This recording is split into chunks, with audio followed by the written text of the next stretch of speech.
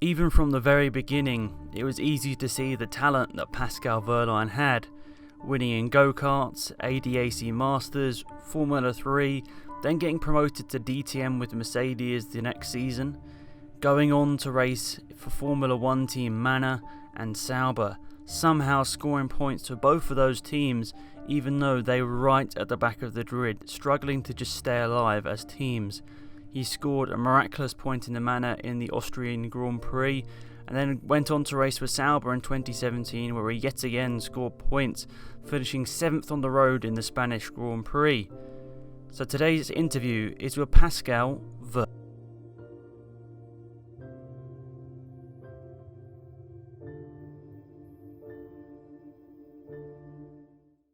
Hello everyone, today we are joined by DTM driver PASCAL WEHRLEIN, who's going to be a little bit of advice later on in this episode and also talk about his career somewhat. So, starting off, like many race drivers, you started in go-karts. Was there something you learned in go-karts that sort of took you in a good moment throughout your whole career, something you really learned? I think in go-karts you learn all the basics. There's no better way for young kids to prepare for later. So, you learn qualifying, putting everything into one lap. You learn how to race with other guys, how to overtake, setup changes, even though it's, the technique and everything is very simple, but, for 10, 12, 14-year-old kid, it's still important and a good learning process for later. So when you moved to Formula Masters in 2010, what would you say the biggest challenge was moving from go-karts? I would say the much bigger car and wider tracks and everything is very different. Karting, everything is direct. You feel every small bump and you can go testing every week and everything just gets normal for you. But then as soon as and then the horsepower, of course, is something around 30 horsepower, 40 horsepower if you drive shift karts. But then it goes up to 200 horsepower. You have a much bigger car. You're driving more than 200 kilometers per hour and you're still 14, 15. So, it's a completely different world, definitely, to karting. So when you moved into Formula 3, you won the championship in your second season. Does that sort of take the pressure off you a little bit to find sponsorship for the next year? Because you feel like, I've proven that I can win stuff now, so it's not so much pressure to find a seat in a way. No, because there's always pressure, and it's not guaranteed. Even if you are successful, if you win, that someone would take you or sponsor you, and you can go one step up. In my situation, I was linked to Mercedes in Formula 3, and I was testing already DTM while I was driving still F3 and F3 races, so I knew that if I'm doing a good job there could be an opportunity.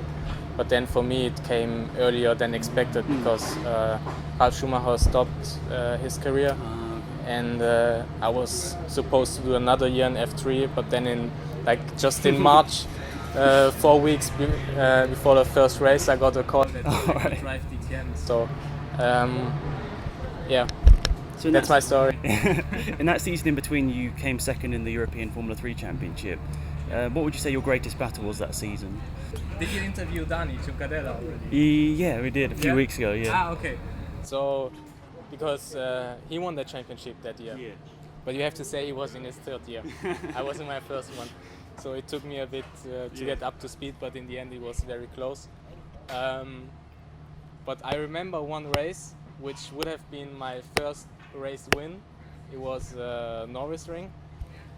I overtook him. I was leading the race, and then Norrisring is just hairpins. And then one lap he crashed into me. He braked way too late. There was no chance for him to get the corner, and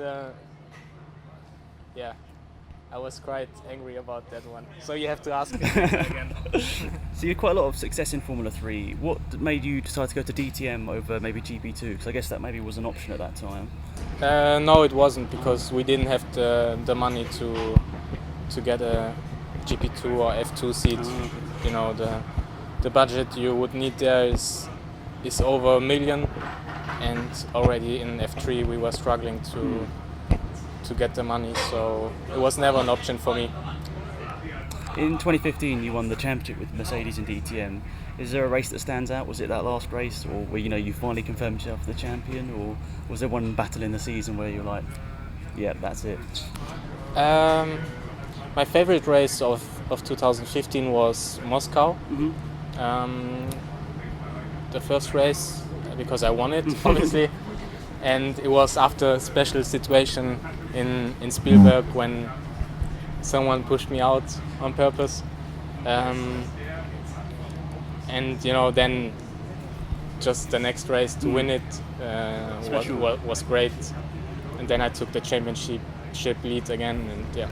Would you say DTM's a good route to Formula 1? Because I guess more drivers nowadays see it as a possible option instead of going Formula 2, Formula Renault in the past. No, it's not really a good route. I would say going through single-seater categories like F2, GP3, and so on is much easier, and it's a lot more likely that you will, if you are successful, that you will end up in F1. But in my case, it just wasn't an option because, after the year I would have done in F3, there was no real option for me to go in F2 or GP3.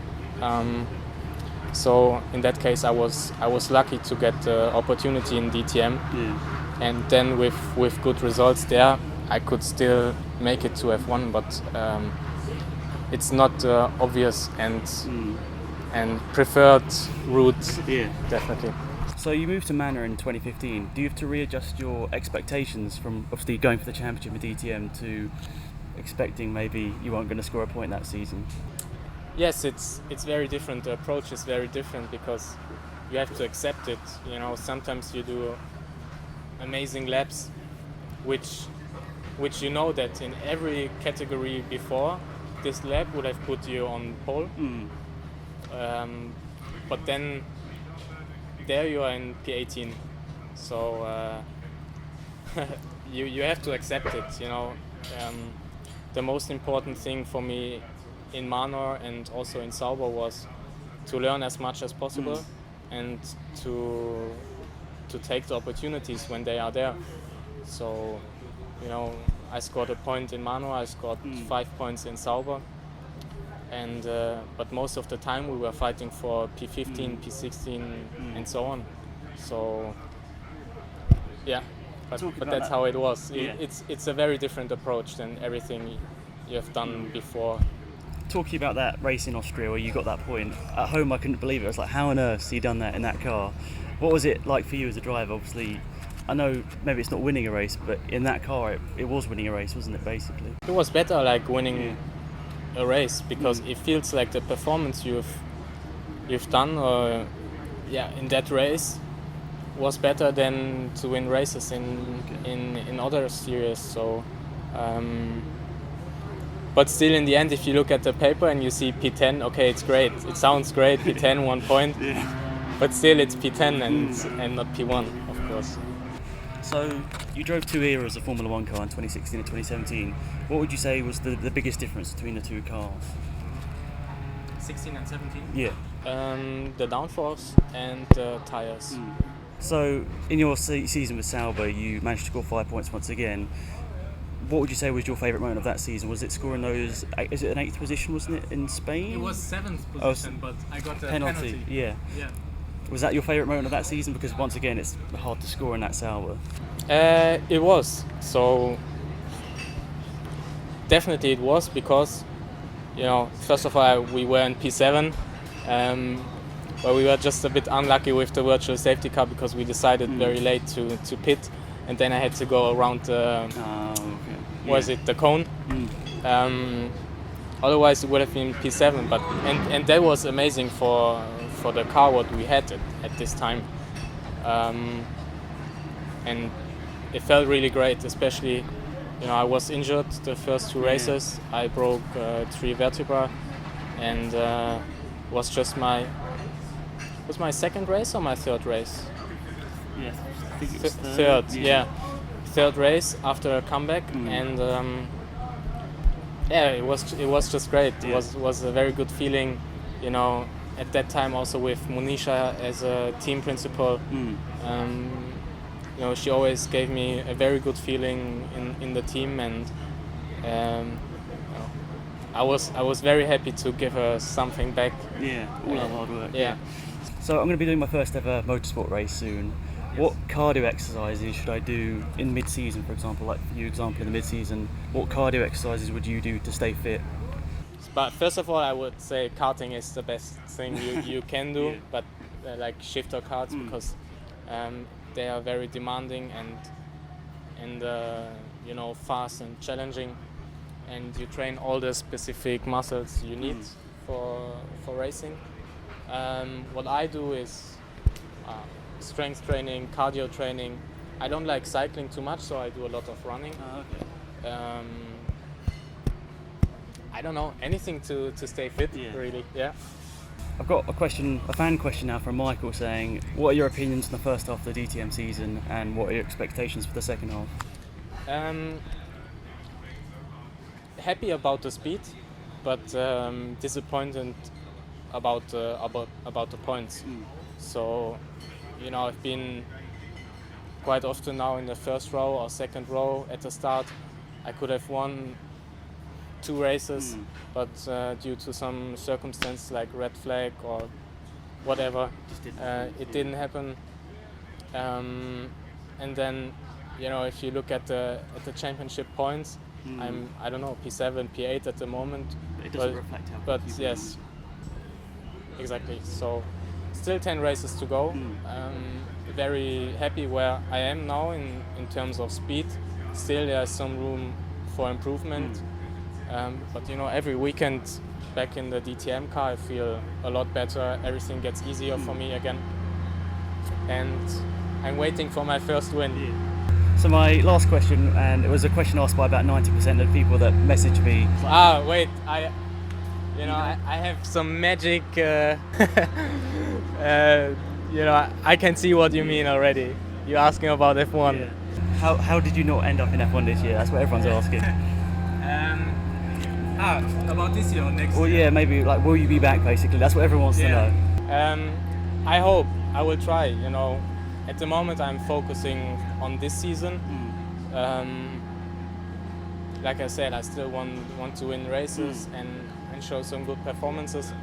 But then for next year, definitely my goal and priority is to be back in F1, and I will make sure that I will try everything I can to make it happen. Well, great. I'm sure everyone wants to see you back there. Thank you. Thank you. So there we are, interview with PASCAL WEHRLEIN. Now, if you started the year telling me that I was going to be able to interview guys like PASCAL, David Coulthard, DeResta, and the list goes on, I really wouldn't have believed it, but it has been a pretty incredible year for me. It's because I'm doing this university project which requires quite a lot of driver knowledge, driver answers, and I've been lucky enough to be given the opportunity by quite a few race series, and DTM, massive thank you to them. And as I know, maybe 95% of this footage will never see the light of day because it's a documentary, it's going to have loads of interviews in it. I'm not going to be able to include every single one, so understandably I wanted to just show you the rest of the interview because I thought it was really interesting. So thank you for watching. As always, please remember to drop a like on the video if you enjoyed, subscribe if you're new, and yeah, just stick around. Maybe hit that notifications button if you haven't already, because more interviews are coming. I've got Paul DeResta interview at some point coming, and a lot of the other DTM drivers as well, including someone like Rene Rast, who's got a really interesting career background. So thank you for watching. I'll see you all around soon, and yeah, thanks PASCAL again, because this was honestly one of the best interviews I feel I've done. So see you guys around soon. Goodbye.